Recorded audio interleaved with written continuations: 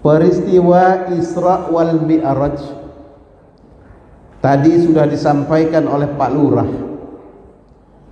Memang peristiwa yang sangat spektakuler, ya, karena seumur dunia insya Allah cuma sekali itu terjadi. Nampaknya tidak masuk akal. Dalam perjalanan di suatu malam dijelaskan, bukan semalam, ya, di suatu malam artinya hanya beberapa jam perjalanan itu, yang Rasulullah SAW dipanggil oleh Allah Subhanahu wa taala menghadap Allah Subhanahu wa taala, yaitu di Sidratul Muntaha, untuk menerima perintah yang namanya perintah salat. Kita semua tahu. Nah, kenapa ini bisa terjadi, Bapak Ibu sekalian? Peristiwa ini terjadi karena Allah Subhanahu wa taala ingin menghibur Rasulullah sallallahu alaihi wasallam, karena tahun itu merupakan tahun duka citanya Rasulullah. Yang pertama, paman beliau yang membela beliau, ya, Abu Talib, dipanggil oleh Allah. Yang kedua, yang membuat sedih Rasulullah berkepanjangan, ditinggal oleh istri. Masya Allah, ya. Kenapa kok ditinggal istri bisa seperti itu? Rasulullah SAW bersedih karena luar biasa yang namanya Siti Khadijah itu, Bapak Ibu sekalian, pengabdiannya terhadap Rasul, yang sangat-sangat membantu perjuangan Rasulullah, baik di segi harta dan lain sebagainya. Rasulullah, Siti Khadijah itu sangat membantu Rasulullah SAW. Maka sampai dia menangis, Bu. Jadi jangan sampai, ya, kita Bu, ya, begitu meninggal, suaminya malah cengengesan. Kenapa nggak dari dulu, katanya. Wah, ini sudah ya, saking bencinya mungkin kan sama istrinya. Nah, oleh sebab itu, Bapak Ibu sekalian yang dirahmati Allah Subhanahu wa taala, karena inginnya Allah Subhanahu wa taala memanggil Rasulullah sallallahu alaihi wasallam, maka Allah Subhanahu wa taala mengutus malaikat Jibril untuk mengajak Rasulullah sallallahu alaihi wasallam menghadap Allah Subhanahu wa taala. Sebelumnya Rasul itu dicuci terlebih dahulu, dibelah hatinya, dibelah dadanya, dibersihkan hatinya. Di mana itu? Di Mekah, di tepi sumur Zamzam. Bahkan dicap di situ, dicap sebagai kenabian. Kemudian ditutup lagi, rapat dan tidak berbekas. Kenapa kok Rasul dicuci seperti itu hatinya? Apa hati Rasulullah itu kotor? Tidak. Hati Rasulullah itu sangat bersih. Biar lebih bersih lagi, maka dicuci kembali. Itulah keistimewaan Rasulullah SAW. Nah, setelah itu berangkatlah mereka dari Mekah menuju ke Masjidil Aqsa. Masjidil Aqsa itu di mana, Pak? Di Palestina. Waduh, sekarang ini lagi heboh di Palestina. Kemarin sudah gencatan senjata, ya, tiba-tiba lagi berulah lagi, apa namanya, Israel, laknatullah ini, ya. Nah, kemudian dari Masjidil Aqsa naik lagi ke atas ke Sidratul Muntaha. Dari langit pertama, langit kedua, langit sampai langit ketujuh. Ya, menghadap Allah Subhanahu wa taala. Untuk apa sih? Kok muter-muter?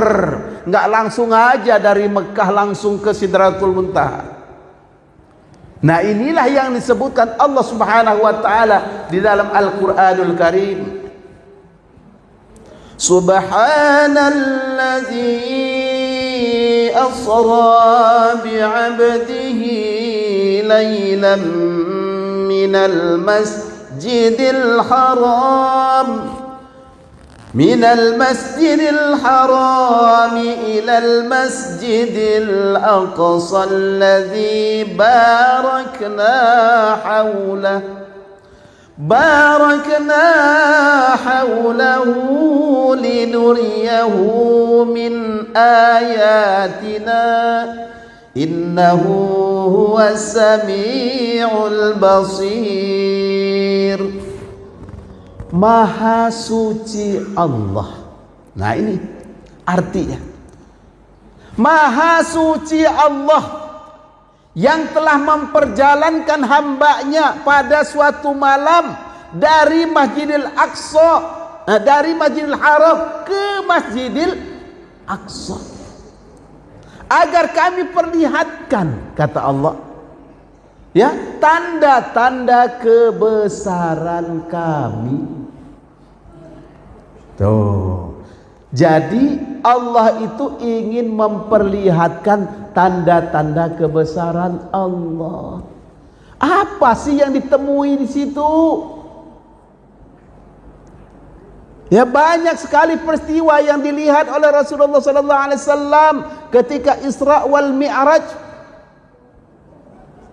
Isra itu perjalanan Rasul dari Makkah menuju ke Masjidil Aqsa, itu namanya Isra. Mi'raj perjalanan Rasul dari Masjidil Aqsa ke Sidratul Muntaha, naik ke atas. Apa yang dilihat oleh Rasulullah sallallahu alaihi wasallam? Ada satu cerita Bapak Ibu sekalian, ya, bahwa dilihat oleh Rasulullah sallallahu alaihi wasallam ada seseorang yang bercocok tanam, ya, menanam sesuatu, dilihatnya langsung panen saat itu, dan buahnya begitu lebat. Lalu ditanya oleh Rasulullah sallallahu alaihi wasallam, wahai malaikat Jibril, ada apa gerangan ini? Contoh apa ini, wahai malaikat Jibril? Apa kata malaikat Jibril? Ini contoh hambamu. Saat di dunia ini beliau ini banyak menanam kebaikan, infak dan sedekah. Nah, makanya infak dan sedekah itu Bapak Ibu sekalian sangat dianjurkan di dalam Islam. Bahkan disebutkan di dalam Al-Qur'anul Karim ciri-ciri orang yang bertakwa kepada Allah Subhanahu wa taala. Alladzina yunfiquna fis sarra'i wad-dharra'i wal kadhimina al-ghayz wal 'afina 'anil nas wallahu yuhibbul muhsinin.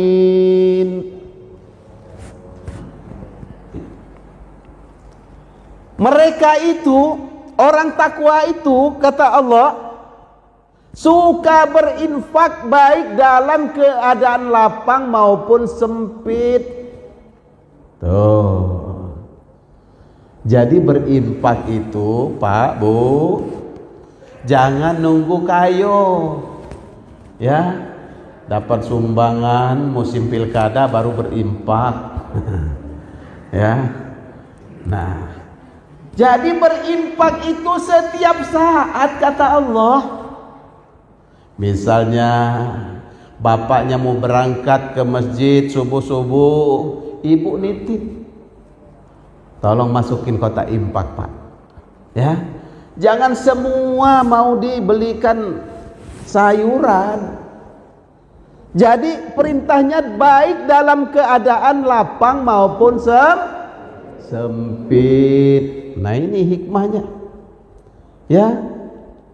Ini perintah Allah, itu tanda orang beriman kepada Allah. Lalu apa hikmah yang akan didapatkan orang berinfak ini?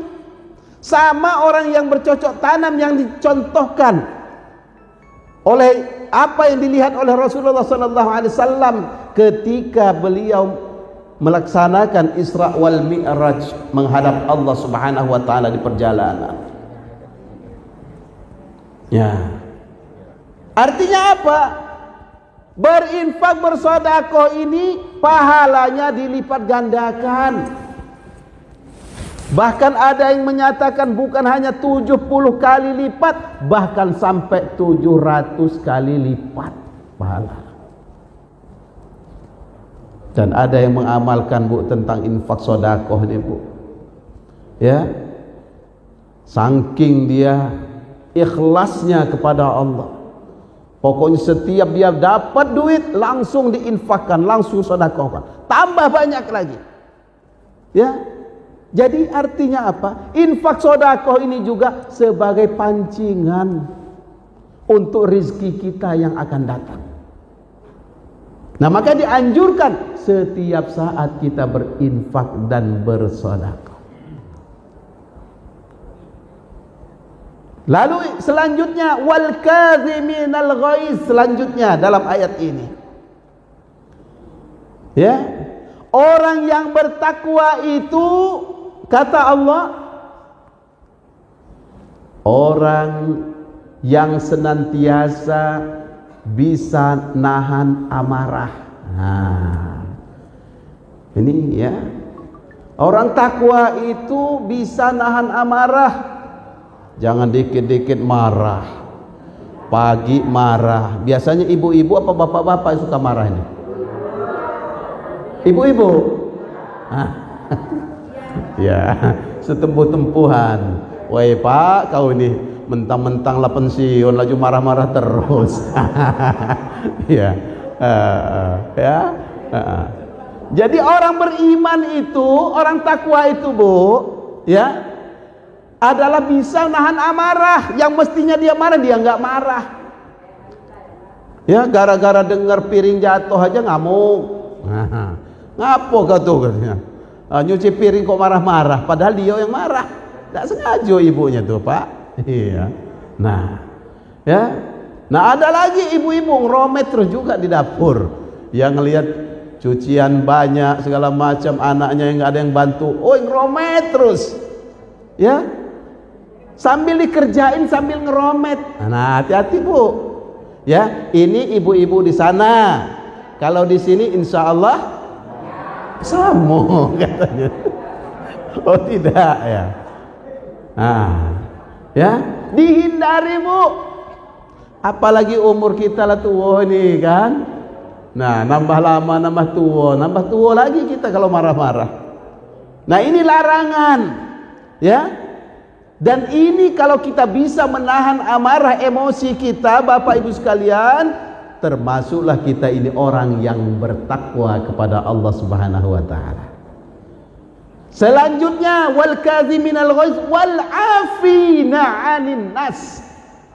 Orang takwa itu bisa memaafkan kesalahan orang. Ngomong sih gampang kali ya. Cuman kadang-kadang ya kita ini ya saking keselnya ya gara-gara apa pohon jambunya masuk ke wilayah kita perbatasan ya. Laju pula yang sebelah itu tidak bagi-bagi panen. Ya, padahal itu sebetulnya kalau menurut fikihnya ya, itu hak kita itu, Pak, Bu. Ya, tapi jangan dipakai, woi. Kata Pak Liandai, itu katanya punya kita itu diambilnya semua. Nah, marah pula kayak sebelah kan. Ya, artinya apa? Ya. Yang seperti inilah Bapak Ibu sekalian, jangan sampai kita keceplosan. Pokoknya Enggak gua maafin lu sampai mati. Ini hati-hati. Ya, kadang-kadang jangankan dengan orang lain, dengan saudara pun, kalau kita sudah sakit hati, kadang-kadang dongkolnya bukan main. Ya, sampai-sampai kalimat itu bisa keluar. Nah, kalau kita bisa menahan itu Bapak Ibu sekalian, ya, memaafkan kesalahan dia, berarti kita termasuk orang yang takwa kepada Allah Subhanahu wa ta'ala. Ya, ini perjalanan Rasulullah. Kemudian naik lagi ke atas. Ya, Rasulullah melihat orang yang senantiasa, ya, perempuan yang kuku-kukunya ini terbuat dari tembaga.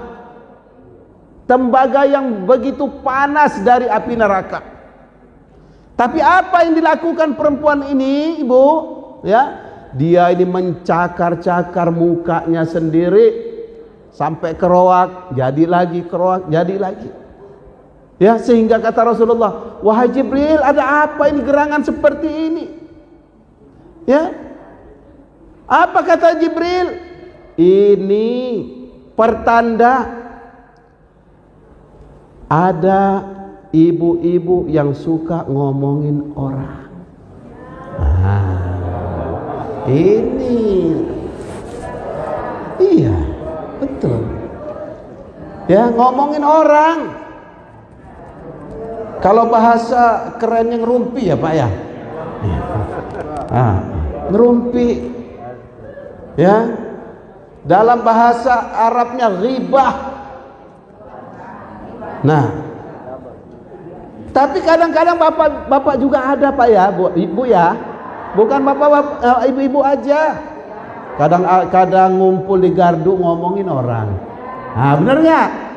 Nah, ini ada sejarahnya Pak. Ya, ketika Rasulullah SAW diceritakan, ya, masuk ke ruangan taklim, sedang mau taklim, ya, kumpul-kumpul bapak-bapak. Rasulullah itu begitu masuk kedengaran para sahabat itu sedang membicarakan kawannya yang belum datang. Ya. Nah, langsung ditegur oleh Rasulullah.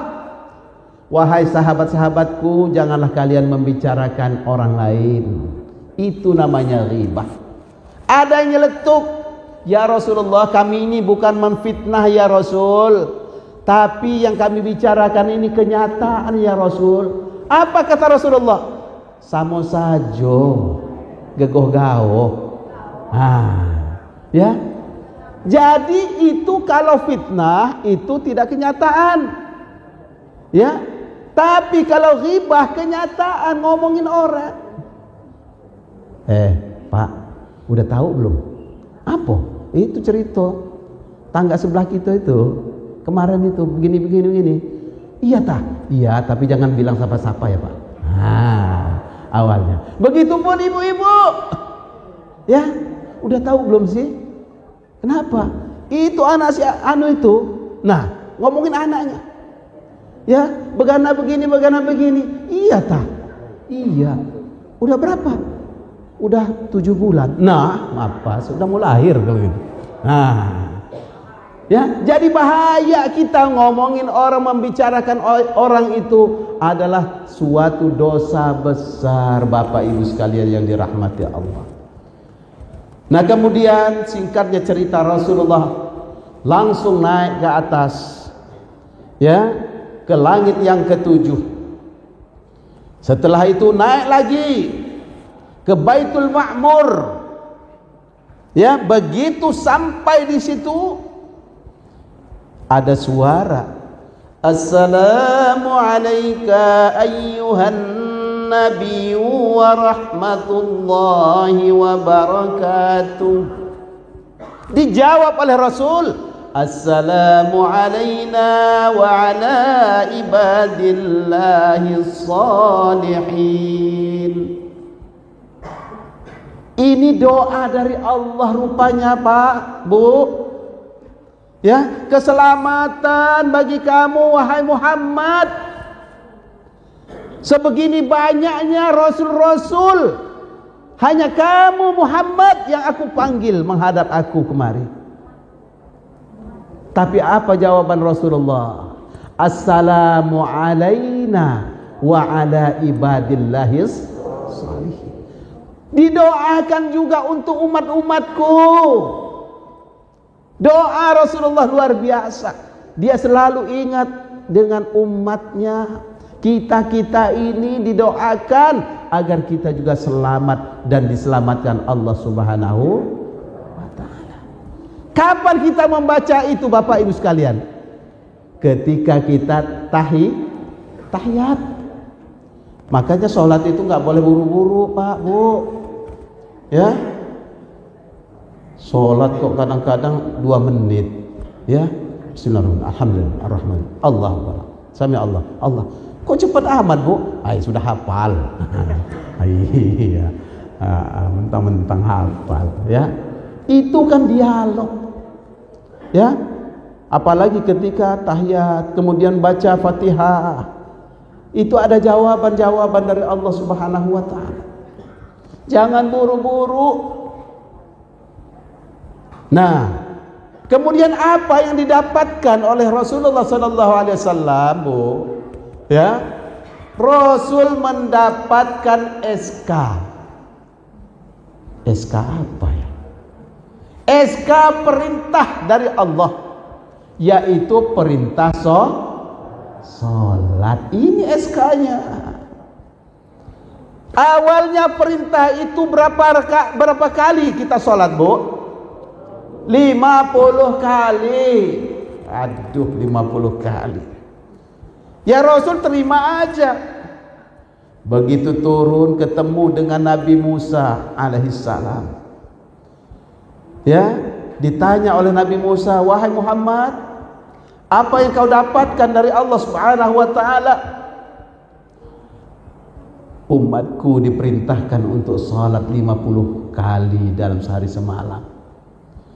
Wahai Muhammad, nggak mungkin umatmu akan kuat itu. Coba balik lagi, tawar lagi. Ditawar oleh Rasulullah 45, lumayan. Dikurangi 5. Turun lagi Rasulullah. Berapa, Mat? Ya, 45. Naik lagi, nggak mungkin kuat. Naik lagi lah. Naik lagi Rasulullah. Nurut. Ya, ditawar lagi 40. Terus Bapak Ibu sekalian dikurangi lagi. Begitu sudah sampai ketinggal 5 kali sehari semalam. Ketemu lagi dengan Nabi Musa. Kata Nabi Musa, berapa, Ahmad? Sudah tinggal 5 kali. Muhammad, nggak mungkin umatmu ini akan kuat. Coba kau naik lagi lah. Apa kata Rasulullah? Aku malu kepada Allah Subhanahu wa ta'ala. Tapi insya Allah yang 50 kali sholat itu sama pahalanya dengan 5 kali sehari semalam.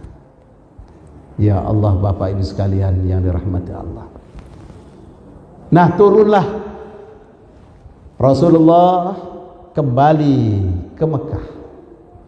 Ceritalah dengan penduduk Mekah bahwa beliau sudah menerima perintah dari Allah Subhanahu wa ta'ala, Isra wal Mi'raj, membawa kabar gembira untuk umat manusia, yaitu sholat 5 kali sehari semalam. Nah, apa langsung percaya mereka? Tidak, banyak betul tantangannya Bapak Ibu. Apalagi yang namanya Abu Jahal, langsung dia ngomongin Rasulullah itu sinting, gila. Ya, gila Muhammad itu. Dari sini katanya, dari Mekah ini ke Masjidil Aqsa itu perjalanan 1 bulan naik onta. Kalau bolak-balik berarti dua bulan. Belum lagi naik ke Sidratul Muntaha. Tapi apa kata Allah, Bapak Ibu sekalian? Perjalanan Rasulullah itu bukan Rasul yang jalan, ya, tapi memperjalankan hambanya. Jadi yang menjalankan itu Allah Subhanahu wa ta'ala. Contoh, ya, contoh saya dari rumah tadi, ya, pakaian saya ini sudah saya pakai kemarin, Bu, ngisi Isra Mi'raj di Gedung Air. Saya gantunglah di situ. Nggak tahu saya hari tadi, ya, pas saya pakai ada semut masuk kantong saya, ya. Nah, sampai saat ini dia belum keluar dari kantong saya karena nggak saya ganggu-ganggu, ya. Nanti setelah pulang saya gantung lagi di situ, keluarlah semut ini. Cerita dengan temannya, hai teman-teman, saya tadi habis ikut Isra Mi'raj. Di mana? Di Masjid Nurul Iman. Nurul Iman mana? Ay, gila kamu. Nah, pasti gitu kan? Ya, pasti dibilangnya gila, nggak percaya, nggak. Cuman yang membuat percaya itu bukan dia yang jalan, tapi saya bawa kendaraan, ya. Nah, jadi yang memperjalankan semut itu bukan dia yang jalan ke teluk sini, bukan, ya, tetapi saya yang membawa dia. Kan seperti itu logikanya, ya. Kendaraan Rasulullah itu Isra Mi'raj itu burak itu perjalanannya, Ibu, Bapak, ya, melebihi kecepatan cahaya. Ya Allah, kayak mana lagi ya? Ya, melebihi kecepatan cahaya. Coba kita nyenter dengan senter, ya, lebih cepat burak daripada senter itu nyampe cahayanya. Nah, begitulah, ya. Dan burak itu, Bapak Ibu sekalian, tolong, sudah pernah ada yang lihat gambar burak, Pak? Ibu pernah lihat gambar burak? Kalau di kampung saya dulu ada, di rumah datuk saya dulu, ya, warnanya warna putih, ada sayapnya, bentuknya kayak kuda, kepalanya cewek cantik. Nah, kalau masih ada sekarang tolong diturunkan, Pak. Itu penghinaan orang Yahudi, ya. Rasul dikatakan, ya, masa naik cewek ke sana, ya. Nah, seperti itu. Tolong diturunkan, dibakar, ya, tapi dibakarnya turunkan dulu, jangan dibakar di rumah, ya, ya. Nah, oleh sebab itu Bapak Ibu sekalian yang dirahmati Allah Subhanahu wa taala, oleh Rasulullah sallallahu alaihi wasallam itu tidak lain adalah salat yang diutamakan. Kata Rasul, as-salatu imaduddin, faman aqamaha faqad aqamad-din, wa man tarakaha faqad hazamad-din. Salat itu adalah tiang agama. Barang siapa yang melaksanakan salat berarti menegakkan agama, dan barang siapa meninggalkan salat sama saja dia ini menghancurkan agama. Hancur agama ini. Kita mengaku muslim, kita mengaku Islam, tetapi tidak salat, sama saja kita menghancurkan agama. Oleh sebab itu Bapak Ibu sekalian yang dirahmati Allah Subhanahu wa taala, hidup kita ini bukan semakin tahun ini semakin bertambah, bukan, ya.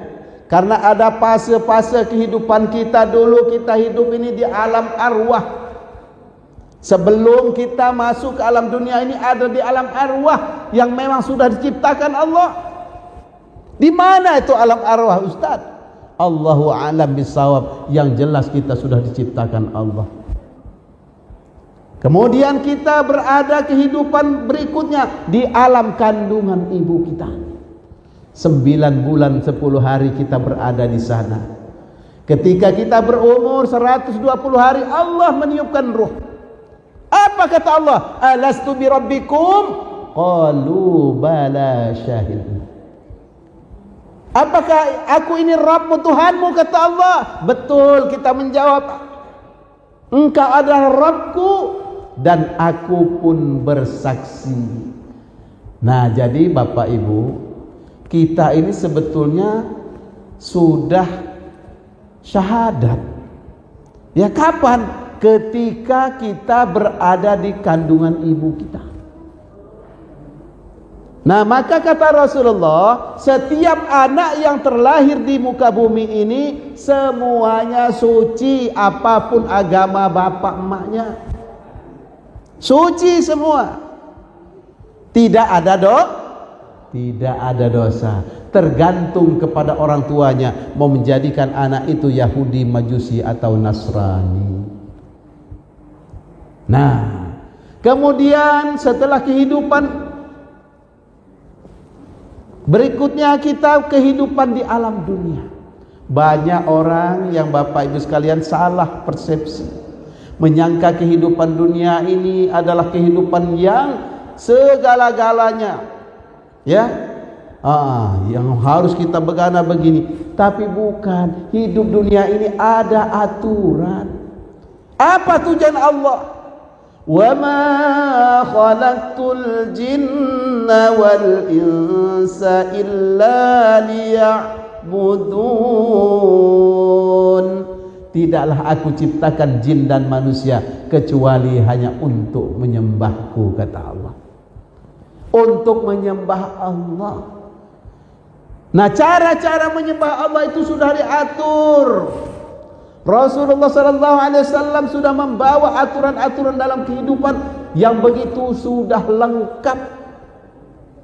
Maka ajaran Islam itu sudah super lengkap, Bapak Ibu sekalian.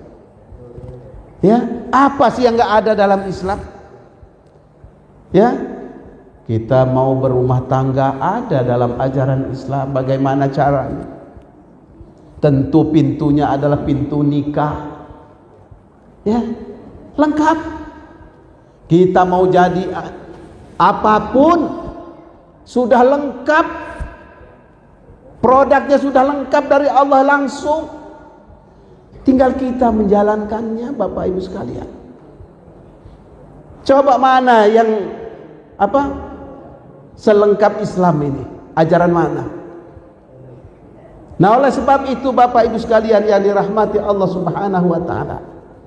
Berbicara kita tentang sholat, Bapak Ibu sekalian, kadang-kadang sholat ini betul, ya, kata Nabi Musa, umatmu itu nggak akan kuat bagi yang tidak betul, tidak kuat, tidak niat.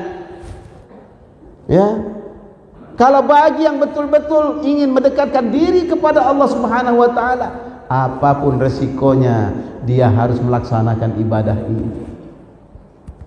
Bahkan di dalam Al-Quran Allah sebutkan, ya, innama ya'muru masajidallah man amana billahi wal yaumil akhir. Sesungguhnya kata Allah, di antara tanda orang beriman kepada Allah dan hari akhir adalah orang-orang yang senantiasa memakmurkan masjid-masjid Allah Subhanahu wa ta'ala. Nah, jadi artinya apa, Pak? Ya, orang beriman, ya, tanda orang beriman kepada Allah itu diantaranya adalah memakmurkan masjid Allah. Ya, dengan panggilan azan. Ya, yang panggilan azan itu sebetulnya pada hakikatnya Allah Subhanahu wa taala yang manggil. Hayya 'alas shalah.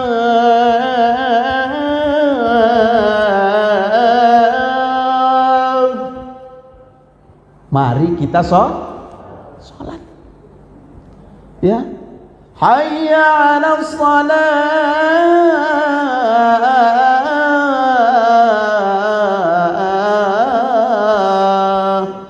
Diulang-ulang, mari kita sholat, mari kita sholat. Jadi afdalnya sholat itu berada di masjid atau di musola, Bapak Ibu sekalian. Ini khusus buat bapak-bapak. Bagaimana ketika barangkali Bapak Ibu pernah haji, pernah umroh, begitu ada suara azan di Mekah, ya, di Masjidil Haram itu, semua toko-toko itu tutup. Benar nggak, Bu? Tutup semua, dimatikan lampunya. Walaupun kita lagi ngasih duit untuk bayar sesuatu, tapi ada suara azan, langsung ditutup. Nanti aja ambil lagi duitnya. Diusir kita. Ya. Nah, seperti itulah seharusnya Bapak Ibu sekalian kita memenuhi panggilan Allah Subhanahu wa taala. Karena sesungguhnya salat itu panggilan Allah, as-salatul mi'rajul mu'min. Salat itu sesungguhnya mi'rajnya orang Islam yang beriman. Jadi ketika kita sholat sama dengan sedang mi'raj. Mi'raj itu apa? Menghadap Allah. Kita sedang ngobrol dengan Allah. Ya. Kita sedang berbincang-bincang dengan Allah. Makanya buru-buru kita ngambil air wudhu. Jangan buru-buru. Dibersihkan semua, kena semua yang basah. Ya, yang harus kita basahkan ketika berwudu. Jangan asal-asal dikepret-kepret gini aja. Ya, dipegang, Pak, Bu. Ya. Dipegang. Ya, belakang di tumit kita itu. Ya, dibersihkan. Jangan asal-asalan. Kenapa? Kita mau mi'rajul mu'min, kata Rasulullah. Mi'rajnya orang mukmin itu adalah ketika dia sholat. Ya, begitu kita menghadap ke kiblat, angkat tangan kita, Allahu Akbar, Allah Maha Besar. Ya, Bismillahirrahmanirrahim. Alhamdulillahi Rabbil Alamin, Ar-Rahmanir Rahim, مالك يوم الدين إياك نعبد وإياك نستعين اهدنا الصراط المستقيم صراط الذين أنعمت عليهم غير المغضوب عليهم ولا الضالين.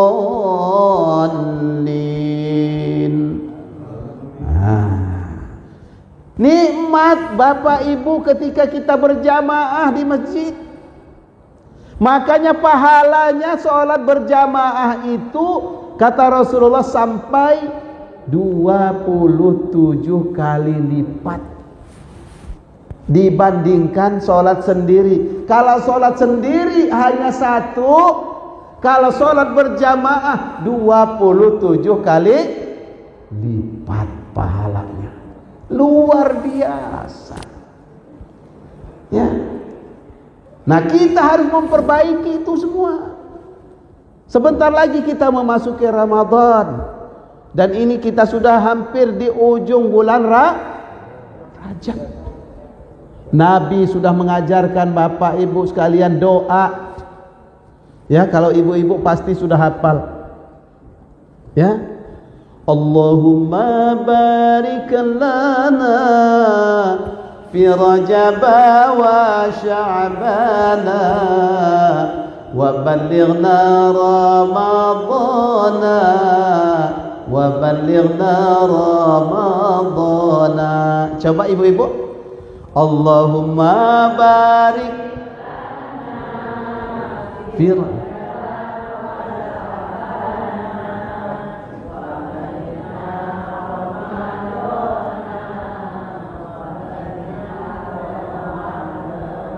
Coba bapak-bapak jangan kalah. Iya. Allahumma barik lana. Ya Pak.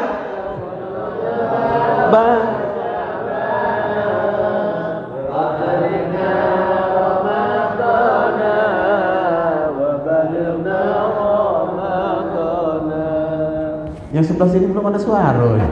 Iya. Jangan-jangan enggak hafal ya. Ini bukan nyanyian, Pak. Ya, bukan nyanyian Bu ya. bukan sholawatan, bukan. Ini doa. Ada hadisnya. Ya. Apa nggak pernah dibaca habis sholat ya? Doa ini ketika Rasul memasuki bulan Rajab, beliau langsung berdoa, Allahumma barik lana fi Rajaba wa Sya'bana wa ballighna Ramadhana. Ya Allah, berkahilah umurku pada bulan Rajab ini ya Allah. Berkahilah umurku pada bulan Sya'ban nanti ya Allah. Sampaikanlah umurku terhadap Ramadhanmu ya Allah. Ya Bu? Bu? Kedogok? Mauan? Iya. Ada Lampung rupanya. Wat. Nah, kata Bang Herbert wat. Aduh. Iya. Ya. Nah. Jadi itu doa. Kenapa Rasul dari jauh hari minta berkah ini? Karena akan memasuki bulan suci Ramadan itu kita harus bersih-bersih. Ya, sama dengan programnya Prabowo, bersih-bersih. Mudah-mudahan tapi ya. Ya, harapan kita bersih-bersih. Ya, bersih-bersih laut nanti kan. Nah, ya. Bersih-bersih. Agar apa? Agar diberkahi Allah Subhanahu wa taala. Terutama sekali kepada ibu-ibu yang masih punya utang, Bu. Ya, saya ingatkan. Ya. Yang punya utang. Utang apa? Utang puasa, bukan utang itu. Kalau itu memang wajib dibayar juga. Apalagi kreditan macet. Ya, tapi jangan stres, Bu. Ya, biasa itu mah dunia. Ya. Nah, dibayar utangnya. Sebab apa? Allah Subhanahu wa taala, Bu, ya, mengirimkan perintah itu untuk berpuasa. Ya. Itu bagi yang sanggup melaksanakan. Apabila sakit, kata Allah, ya, maka boleh dia berbuka, tapi diganti dengan hari-hari yang lain di luar Ramadan. Ya, jangan ngerasa bebas udah Lebaran, woi, udah bebas, kayak nggak ada beban, nggak taunya masih punya utang. Hati-hati, utang itu wajib dibayar. Nah, gimana Pak? Kayaknya nggak hitung lagi, banyak utang saya ini. Ya, ya bapak-bapak juga nggak nutup kemungkinan. Ya, kemarin-kemarin banyak yang mungkin nggak kuat puasanya di perjalanan atau alasannya saja, ya, masuk ke tempat bakso makan, misalnya, ya. Nah, itu dibayar juga, Pak. Jangan dibiarin utang kita itu. Nah, caranya gimana? Ya, pas Senin Kemis, ya, puasa kita, tapi diniatkan untuk membayar utang, qadha namanya. Ya, qadha namanya. Wajib dibayar. Ya. Nah, kalau mungkin kita lupa, Pak, berapa jumlahnya, Bu? Ya sudah, Senin Kemis itu untuk nutupnya terus. Nah, insya Allah selebihnya kan pahala sunnah, ya. Nah, oleh sebab itu Bapak Ibu sekalian yang dirahmati Allah Subhanahu wa taala, perjalanan hidup kita manusia, ya, paling-paling umur kita ini antara 60-70 tahun tuh yang biasanya. Ya, setelah itu kita akan pulang menghadap Allah dan akan melanjutkan perjalanan berikutnya, Pak, Bu. Ya, perjalanan hidup kita ini masih panjang, Bu. Jadi kita meninggal itu, Bu, bukannya terakhir kehidupan, bukan. Tapi itu start kita untuk masuk ke alam berikutnya. Begitu kita masuk ke alam kubur, Bu, ya, ke alam kubur itu belum alam akhirat, belum. Belum alam akhirat. Kenapa? Terjadinya alam akhirat itu setelah kiamat tiba, itu baru masuk ke alam akhirat. Akhirat, akhir. Ya. Nah, kiamat itu hari akhir. Ya. Nah, kalau baru masuk ke alam kubur, belum. Itu dia berada di tengah-tengah. Ibaratnya kalau amalnya baik, sholatnya bagus, di alam kubur itu dia akan mendapatkan kenikmatan. Apa enggak kesel, Pak? Enggak. Diceritakan, Pak, Bu, bagi orang yang amalnya baik, di alam kubur itu seperti pengantin baru. Tiba-tiba kiamat datang. Ya.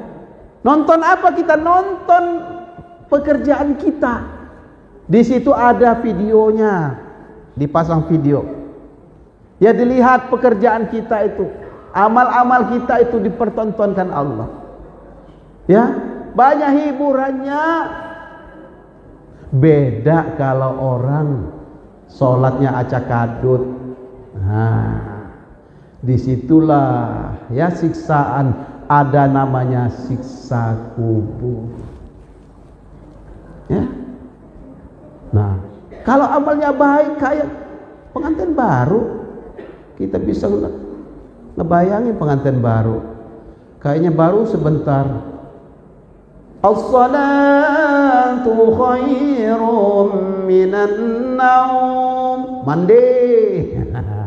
Kan itu pengantin baru kan? Namanya pengantin baru. Tidak terasa. Ya, tiba-tiba kok cepat amat sih pagi ini. Gitu.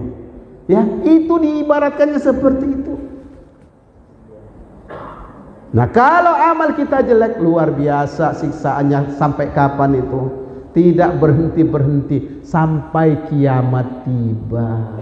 Maka jangan sekali-kali kita meninggalkan ibadah sholat ini, Bapak Ibu sekalian. Ya, sholat, infak, sodakoh, ini amal kita yang akan kita bawa. Dan membaca Quran. Ini persiapan kita, Bu. Jangan malas-malas membaca Quran. Jangan nunggu baca Quran itu Ramadan aja. Setelah selesai Ramadan udah nggak buka-buka Quran lagi. Padahal Quran itu, Bu, kebutuhan rohani kita. Coba kita baca dari Al-Fatihah, Alif Lam Mim terus. Jangan bolak-balik Yasin terus Yasin. Apal mah enggak. Ya, umur udah segini, ya Yasin udah bolak-balik, ya apal aja enggak. Ya, coba yang lain kan pengen dibaca juga tuh, ya. Nah, nggak apa-apalah kalau sekali-kali barangkali di malam Jumat baca Yasin, Al-Waqiah, Ar-Rahman, Al-Kahfi, ya itu yang kata ulama yang ada, ya ada perintahnya juga dari Rasulullah, ya. Artinya apa? Jangan cuman itu aja. Yang lain juga pengen dibaca, didawamkan baca Quran itu. Kenapa? Dari bacaan Quran itu, itulah yang akan menemani kita di alam kubur. Yang terang kubur kita dengan Quran.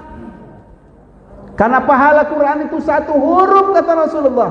Membaca Quran itu 10 kebaikan. Dicontohkan oleh Rasulullah. Alif Lam Mim. Berapa huruf, Bu? 3. Berarti 30 kebaikan pahalanya. Ini luar biasa. Ya, jangan disia-siakan. Ya, Bu, ya. Jangan disia-siakan. Lupa kita dengan main TikTok. Maaf Bang ya. Iya, saya sering ikuti beliau ini. Wih, Pak Herbert bilang main TikTok juga rupanya. Iya. Gak apa-apa. Tapi jangan lupa, ya. Qurannya jangan lupa. Gak apa-apa main TikTok untuk hiburan, ya. Jangan kebablasan tapi Bang. Iya. Ngelihat yang agak-agak bagus, lupa. Nah, itu, ya. Nah, jadi Bapak Ibu sekalian yang dirahmati Allah Subhanahu wa taala. Itu baru sampai alam kubur. Belum lagi siksaan nanti, Bu. bagi amalnya yang jelek. Karena perjalanan ibu ya untuk menuju ke sana itu, ke padang mahsyar itu, satu hari dalam Quran itu dikatakan 1000 tahun. Ya, dalam surah Al-Hajj diterangkan satu hari akhirat itu sama dengan 1000 tahun. Ya Allah, kayak mana umur kita aja cuma berapa? 60-70 tahun. Ini satu hari di sana itu sama dengan 1000 tahun. Ya Allah, kapan lagi woi mau ada hujan matahari? Ya, nggak ada hujan-hujan bu. Ya, matahari tetap menyala di atas kepala kita. Nah, perjalanan inilah yang harus kita apa kata Allah? Ya, ya ayyuhalladzina amanu taqullah wal tanzur nafsum ma qaddamat lighad wattaqullah innallaha khabirum bima ta'malun. Wahai orang-orang yang beriman, bertakwalah kamu kepada Allah, dan hendaklah setiap individu memperhatikan bekal apa yang akan kamu bawa untuk hari esok. Ittaqullah kata Allah, bertakwalah kamu kepada Allah. Innallaha khabirum bima ta'malun, sesungguhnya aku tahu apa yang kamu kerjakan. Allah itu tahu Bapak Ibu yang kita kerjakan. Ya, seperti apa kita ngumpetnya Allah pasti tahu. Nah, jadi kesempatan kita sekarang ini memperbanyak amal kita, amal ibadah kita. Yang tentu amal ibadah itu harus diiringi dengan ikhlas karena Allah. Sebab apa? Tidak akan diterima amal tanpa ikhlas kepada Allah. Wa ma umiru illa liya'budullah mukhlishina lahuddin. Tidaklah aku perintahkan kamu beribadah kecuali dengan lurus ikhlas kepada Allah Subhanahu wa ta'ala. Ya, kalau ngomong kitanya nggak usah lu sholat kalau nggak ikhlas, nah seperti itu. Ya, karena kalau nggak ikhlas sia-sia apa yang kita kerjakan, bahkan dapat dosa.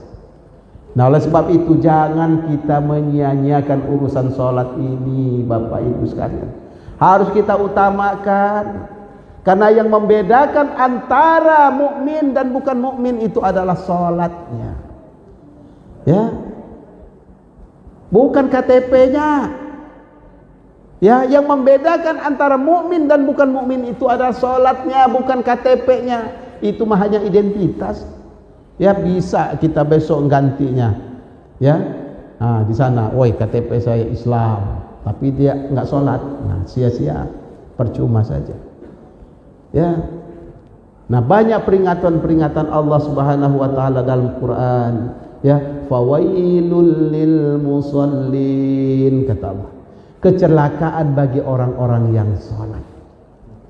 Ya, orang yang sholat yang mana yang akan celaka? Alladzina hum an salatihim sahun, yaitu orang-orang yang lalai dalam sholatnya. Mana yang disebut lalai ini Bapak Ibu sekalian? Ketika sudah masuk waktu, kita menyia-nyiakan, nantilah sebentar lagi. Waktunya kan masih panjang. Rokok masih baru dibakar nih. Apa dibakar ya? Baru ya.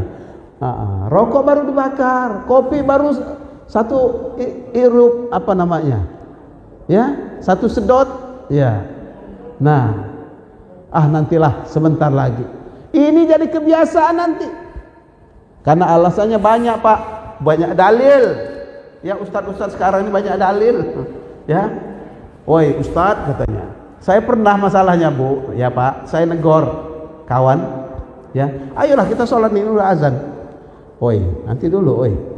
Dalam Islam itu waktu dibagi 3. Wah, berdalilnya. Waktu awal, waktu pertengahan, waktu akhir. Nah, kita pertengahan baik katanya. Nah, ini yang kadang-kadang aku ngampun, ya. Padahal kata Rasulullah, as-salatu 'alal waqtiha. Salatlah kamu tepat pada waktu, begitu masuk segera salat. Jangan ditunggu-tunggu. Ya, itu akibatnya itu fawailul lil musallin tadi itu. Ya. Apalagi mak-mak di sana itu, Bu. Kebiasaan di sana tapi bukan di sini, ya. Kadang-kadang asar. Allahu akbar, Allahu akbar. Oh, cepat amat ya, udah asar. Belum masak, belum segala macam alasannya. Ya, belum mandi. Nah, mandi itu bukan jadwal mandi, bukan jadwal masak, tapi jadwal sholat. Segera tinggalkan urusan dunia itu. Kita bergegas, ini panggilan Allah, sujud kita. Ya, jangan disia-siakan ini. Kadang-kadang maaf Bapak Ibu, ya. Kadang-kadang karena urusan dunia, padahal 5 menit lagi azan, ke pasar. 5 menit lagi atau 10 menit lagi ke pasar. Masya Allah, bagaimana nanti? Coba kita tunggu dulu, insya Allah lebih berkah Bapak Ibu. Dikala kita berangkat sudah sujud kepada Allah Subhanahu wa ta'ala. Nah, oleh sebab itu Bapak Ibu sekalian yang dirahmati Allah Subhanahu wa ta'ala, saya mengingatkan kepada diri saya dan kita semua tentu bahwa kehidupan kita ini pasti akan berakhir, dan semua kita tidak bisa saling membantu nanti Bapak Ibu sekalian. Masing-masing nanti, karena di hari kiamat itu hari yang kehancurannya luar biasa. Ya, kita pernah mungkin melihat dulu filmnya atau di TV ketika terjadi tsunami. Ya, itu baru tsunami. Tapi yang diceritakan dalam Al-Quran apa tuh? Al-Qari'ah, kiamat. Mal Qari'ah, apa kiamat? Wa ma adraka mal Qari'ah. Tahukah kamu apa kiamat itu? Sampai 3 kali dalam satu surat ini Bapak Ibu sekalian. Apa kata Allah? Dijelaskan oleh Allah. Yauma yakunun nasu kal farashil mabthus. Pada hari itu kata Allah, manusia berhamburan bagaikan laron. Ya, tahu laron nggak Bu? Pak, apa laron itu bahasa kita? Ya laron ya. Iya, keleleper. Ya, cik Sunda mahnya, kelelepernya. Gitu. Oh iya, iya. Itu bahasa Sunda itu, Pak. Ya. Apa? Kelelawar. Rarawai. Beda deh rarawai mah. Nyeri rarawai mah. Ya. Ini mah yang terbang itu, Pak, sering di ini, ya. Nah, itu manusia seperti itu nanti kiamat, Bu. Ya, pada ini jatuh, terus terbang lagi jatuh. Ini dalam Quran. Nggak cukup itu, nggak cukup itu, ya. Watakunul jibalu kal'inil manfush. Gunung-gunung berterbangan seperti kapas yang ditiup angin. Allah Karim. Ini masa kita nggak? Ini sudah diingatkan Allah, Bu. Ya, dalam surah Al-Qari'ah. Ya. Ini sangat mengingatkan kepada kita kejadian-kejadian bencana segala macam. Belum seberapanya, nggak ada waktu di Aceh itu gunung sampai terbang, nggak ada. Kalau kapal mungkin dihampaskan ke tengah, ke daratan. Ya. Nah, seperti itu, Bu. Ini sebagai bayangan saja. Kita pasti akan melewati ini semua. Ya. Tapi apa kata Rasulullah dalam hadisnya, Bu? Ada satu hadis, sab'atu yudhilluhumullah yaumal qiyamah la yadhillu illa dhilluh. Ada 7 golongan, ya, ada 7 golongan manusia, kata Allah, ya, dalam hadis ini, yang akan tidak merasakan hari kiamat itu, ya. 7 golongan itu siapa? Yang pertama, orang-orang yang cinta terhadap masjid. Mencintai masjid, ya. Nah, belum azan dia sudah siap-siap untuk ke masjid. Syukur-syukur dia sudah nunggu, ya, waktu azan sholat sunnah dulu diperbanyak. Nah kemudian siapa lagi? Pemimpin yang adil. Ya, kita ini semua pemimpin, ya. Nah, pemimpin harus berbuat adil kita terhadap istri, terhadap anak-anak, segala macam semua, ya. Nah, kemudian siapa lagi yang akan diselamatkan Allah dari hari kiamat ini? Orang yang senantiasa bangun di sepertiga malam. Ya, apa? Mio? Bukan. Ya, kalau mio saja, bukan kencing aja, ya. Ya, tapi dia bangun di sepertiga malam, ngambil air wudhu, sholat, dia berdoa sampai meneteskan air mata dalam hadis ini, Bapak Ibu sekalian. Oleh sebab itu, Bapak Ibu sekalian, ya, saya sekali lagi mengingatkan kepada diri saya dan kita semua, ya, mudah-mudahan kita semua bisa diselamatkan Allah Subhanahu wa taala, dan keluarga kita yang kita cintai juga diselamatkan Allah Subhanahu wa taala, sehingga kita bisa juga ketemu di surganya Allah Subhanahu wa taala.